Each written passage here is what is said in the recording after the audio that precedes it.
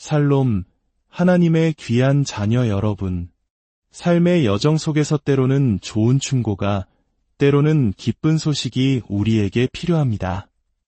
오늘 우리는 이 두 가지, 좋은 충고와 기쁜 소식의 차이를 깊이 묵상하며 우리 신앙의 본질을 되짚어보는 귀한 시간을 갖고자 합니다. 이 심오한 이야기에 귀 기울이시기 전 잠시 여러분의 마음을 모아주시길 부탁드립니다. 만일 오늘 이 말씀이 여러분의 마음에 울림을 준다면 좋아요와 구독으로 저희와 함께해 주십시오.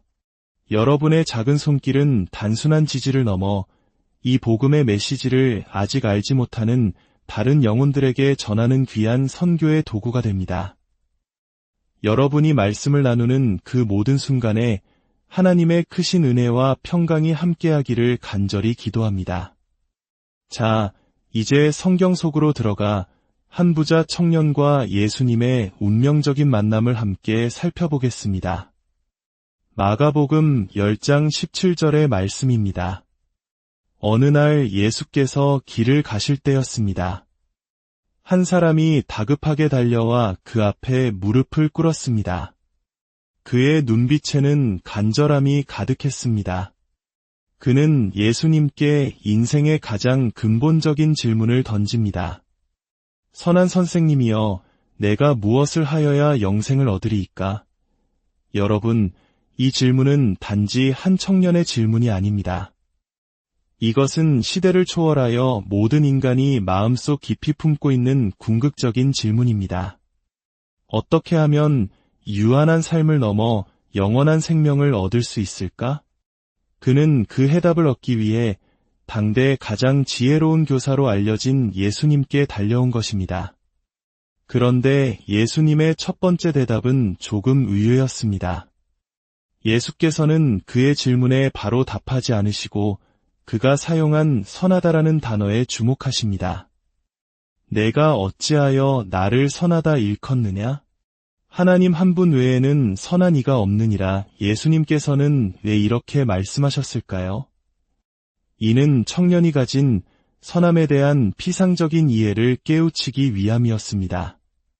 청년은 예의 바른 태도로 예수님을 선한 선생님이라 불렀지만 그가 생각하는 선함이란 인간적인 기준, 즉 다른 사람과 비교하여 조금 더 나은 도덕적 상태를 의미했을 것입니다. 하지만 성경이 말하는 선함, 즉 의로움의 기준은 사람이 아닙니다. 그 기준은 바로 하나님의 완전하고 거룩하신 성품 그 자체입니다.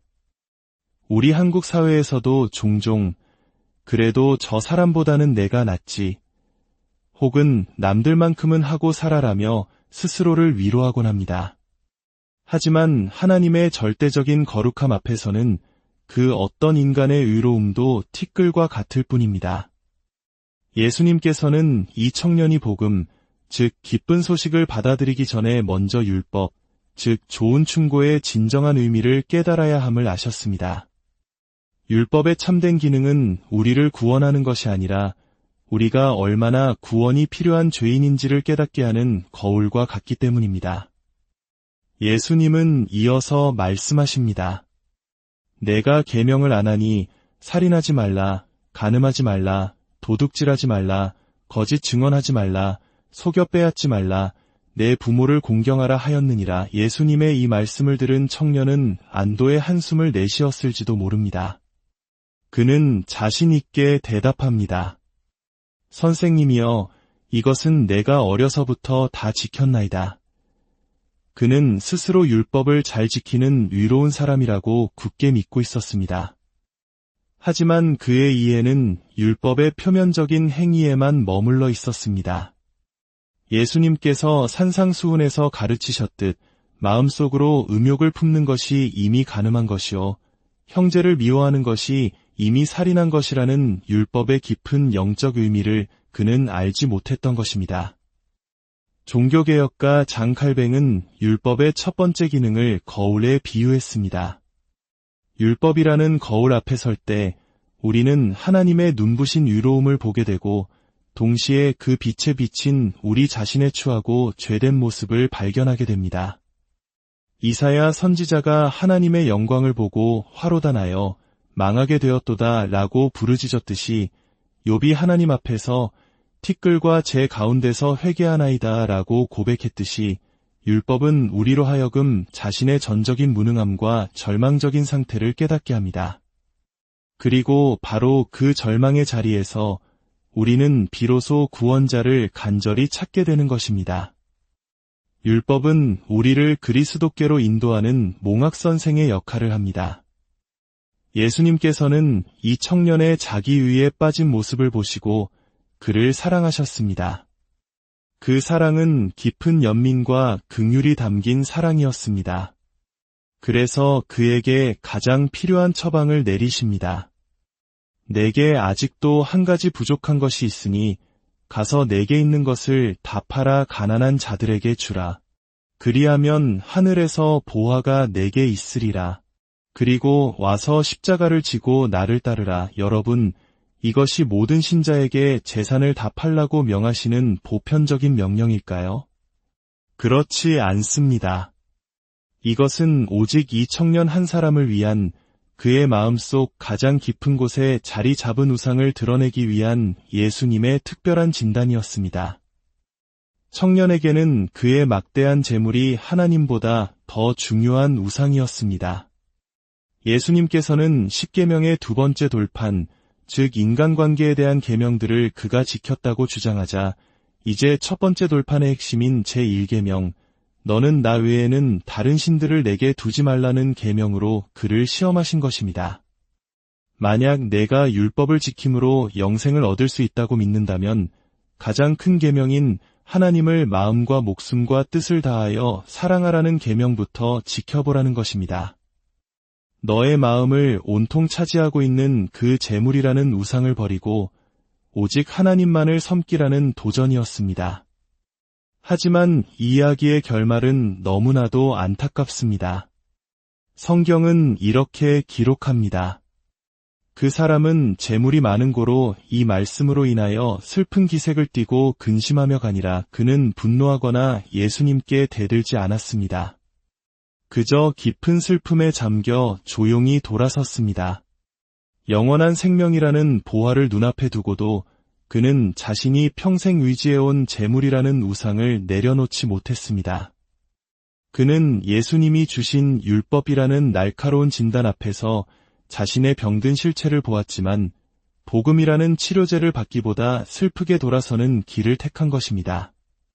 사랑하는 여러분, 이 부자 청년의 이야기는 2000년 전에 박제된 이야기가 아닙니다. 바로 오늘 이 시대를 살아가는 우리 모두의 이야기일 수 있습니다.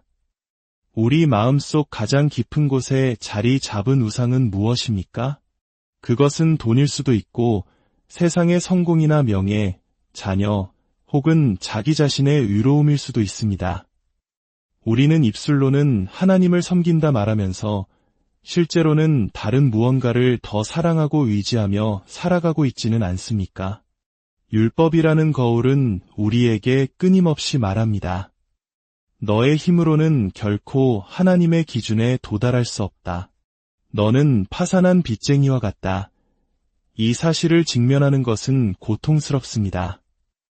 그러나 바로 그 고통과 절망의 자리에서 복음이라는 기쁜 소식이 빛을 발합니다.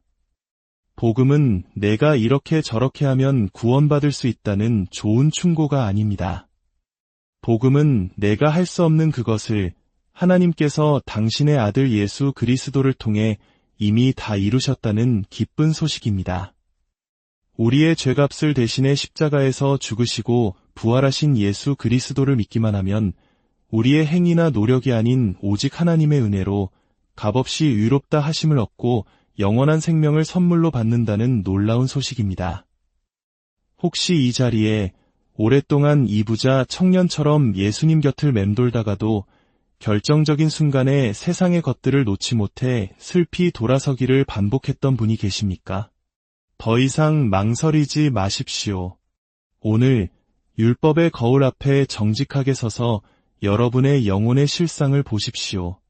그리고 그 절망 속에서 여러분을 향해 두 팔 벌리고 계시는 예수 그리스도께로 달려가십시오. 그분만이 우리의 유일한 소망이며 그분 안에만 참된 생명과 평안이 있습니다. 함께 기도하겠습니다. 거룩하시고 자비로우신 하나님 아버지, 오늘 부자 청년의 이야기를 통해 율법과 복음의 진정한 의미를 깨닫게 하시니 감사합니다. 우리는 너무나도 자주 우리 자신의 의로움을 내세우고 세상의 헛된 것들을 우상으로 섬기며 살아왔음을 고백합니다. 주님, 율법이라는 거울 앞에 저희의 죄된 모습을 정직하게 보게 하시고 우리의 힘으로는 결코 구원에 이를 수 없는 절망적인 존재임을 깨닫게 하여 주옵소서. 그리하여 우리의 유일한 소망이 되시는 예수 그리스도의 십자가, 복음만을 굳게 붙들게 하옵소서. 제 손에는 아무것도 없사오나 오직 예수 그리스도의 의로우심을 힘입어 아버지께 나아갑니다. 저희를 불쌍히 여기시고 믿음으로 저희를 구원하여 주시옵소서. 이 모든 말씀, 우리를 구원하신 주 예수 그리스도의 이름으로 간절히 기도드립니다.